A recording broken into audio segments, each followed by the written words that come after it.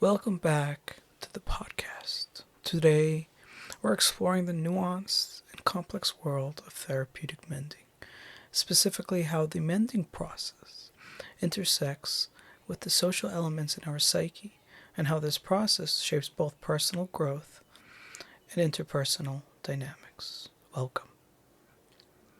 We tend to think of mending as something that involves all the social elements in our lives, the specific doses of validation that influence our psyche.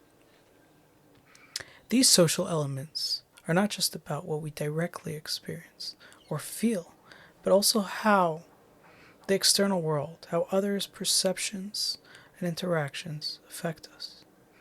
At any given moment, we're processing and activating material that is based on the social dynamics tied to our historical experiences. The perceptual domain, which interacts with us socially, reflects and validates these eternal states. When the psyche feels erratic, when things aren't stable, the external world seems to validate that instability, almost as if we're interacting with it as a social being.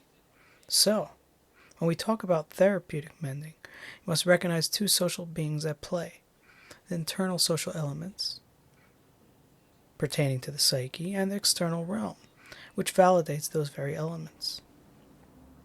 Those are the structural inferences that allow our psyche to proceed, as it were. Without those structural elements, our mind cannot create a framework of reality. It requires a materialistic structure to envision the processes of the psyche. It needs parameters of inference. And so the external world, the perceptual data, will be a major influence on the interactivity, the internal state of the psyche. But here's where things get tricky. When another person is included in the mending process, now we're beginning to explore the social being that participates in the mending process. But of course, we could analyze to the regular external front, the environment in the perceptual data. It doesn't need to be an actual social being, but rather, it's always good to talk about the topic of sociality and then make our due inferences on our own time. And so, let's talk about the social being. So when another person is included in the mending process, we might assume that everything personal, the deeply private material of our psyche, somehow becomes internalized by that external person. In other words, we might expect that the therapeutic process can create a situation where different parts of our psyche, each shaped by our own unique history and individuality, start to treat those parts as if they are part of the other person. Because the mending process is a singularity, it doesn't provide differentiation between the emotive experience that proceeds from the mending, right? When you heal something, when you put things together, you get a singularity. That's the goal. And so there's no differentiation whether it's internal or external. There's no differentiation even between the parts of the psyche.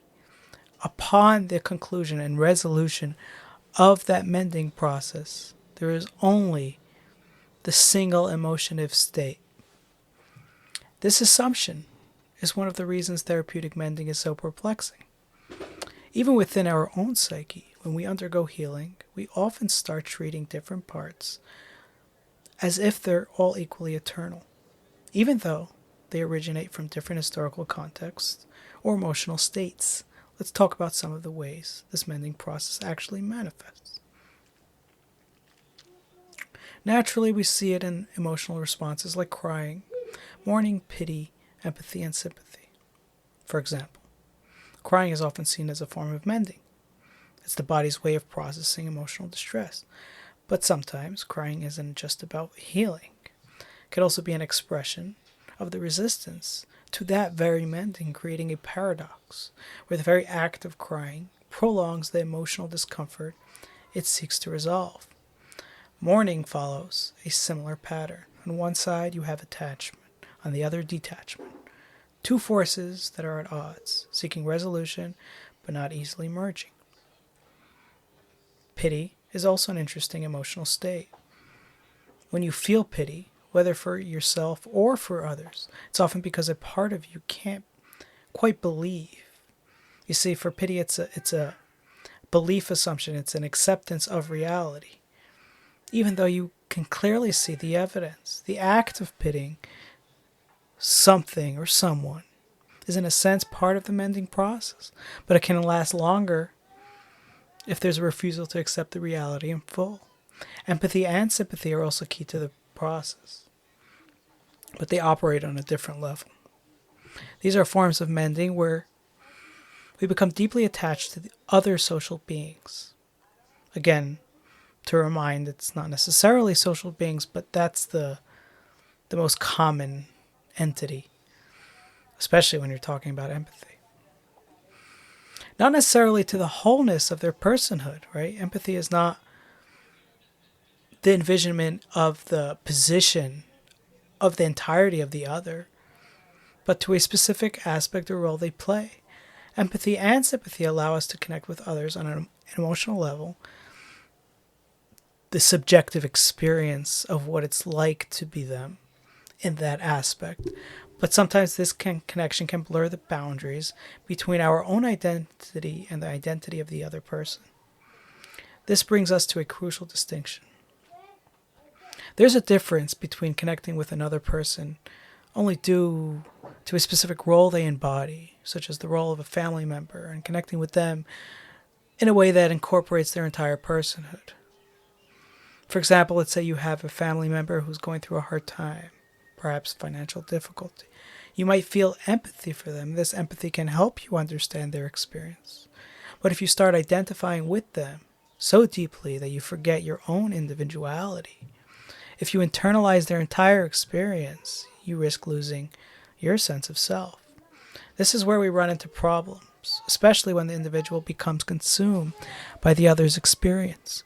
If you become too absorbed in their reality, you might unintentionally replace the moral systems that once guided your own sense of empathy with the moral systems of the other person. In other words, you start becoming part of the problem rather than just understanding it.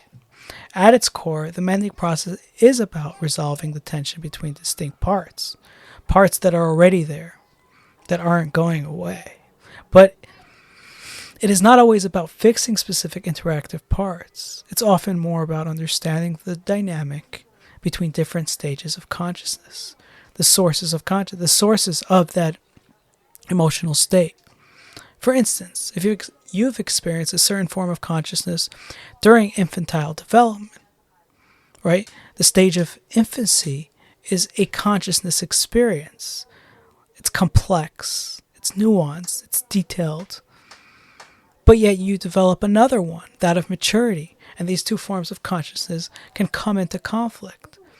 The challenge is reconciling these two realities, the early infantile stage and the mature stage, into something cohesive.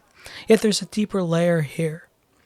Even if we experience a fusion of emotional states, that doesn't mean the intellectual or consciousness data from earlier stages simply disappears in the same way that two royal siblings, one crown and the other an archduke, might bond emotionally. Yet they still occupy distinct roles. The social sphere has ordained that one remains crowned and the other not so. No matter how close their bond becomes, the distinction between their roles remains. And that difference cannot be fully resolved unless one of them departs, steps down, leaves the scenario. This is a clear example of how two distinct forms of consciousness, one based on infancy, the other maturity, can coexist, but never fully emerge. This is the heart of therapeutic mending, the recognition that the distinctiveness of consciousness is vast. If we follow the process too thoroughly, it might appear that we're bringing these two forms of consciousness closer together. But in reality, we're just highlighting the differences between them. It's almost as the bond between the lowest parts of selfhood, the emotive experiences that manifest from intellectual material, only provide context to separate the intellectual sphere. These differences are not fully easily bridged by empathy alone, and the result is often an increased emotional experience rather than a clear resolution. The hope is that by exploring these distinct stages and dynamics, we can reach a deeper understanding, but often this understanding remains incomplete. The two stages of consciousness, the infantile and the mature, as just the major example of life, but can be applied anywhere. These two can sometimes empathize with each other, but the connection fades over time. Only due because of the vastness of their differences and the natural inclination for empathetic understanding to fade away. Because while empathy is a strong emotive experience, it's not the embodiment of the other side in the intellectual sphere. For then you must become the poor person, you must become the rich person. It's rather just the experience of what it would be like. But the second we walk away from the empathetic experience, it naturally fades away because the intellectual sphere understands that that is not who I am. And therefore, that is not the realm in which I occupy. In fact, this is why family building is so important after the infantile stage. It provides a reservoir of data, a foundation of understanding that helps clarify the transition from one stage of consciousness to the next. If there were an easy solution, we would have found it by now. But the reality is, because the elements of consciousness are so distinct, we can never fully resolve them. So the question becomes, what makes the disparity between two consciousness sources greater, and what can reduce it? As we look at the roles we play in social systems, we realize that the more significant our role, the greater the disparity between our consciousness stages. The higher we rise in the social system, the more pronounced the gap becomes between our infantile and mature stages of development. In the end, it's not just the social systems that create this disparity. It's the self-awareness we develop within that system.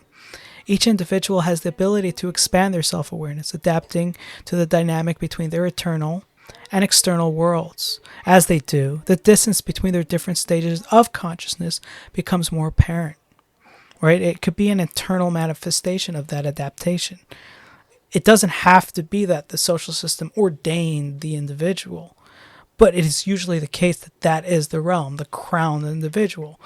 But anybody could crown themselves if they approach their system in the complexity that one who experiences the crowned development endures. Ultimately, the mending process is about navigating these dynamics, understanding that even when two stages of consciousness come together in an attempt to reconcile, the underlying distinctions will always be present. This is the nature of therapeutic mending. It doesn't erase these differences, but it allows us to engage with them more deeply and meaningfully. Thank you for listening.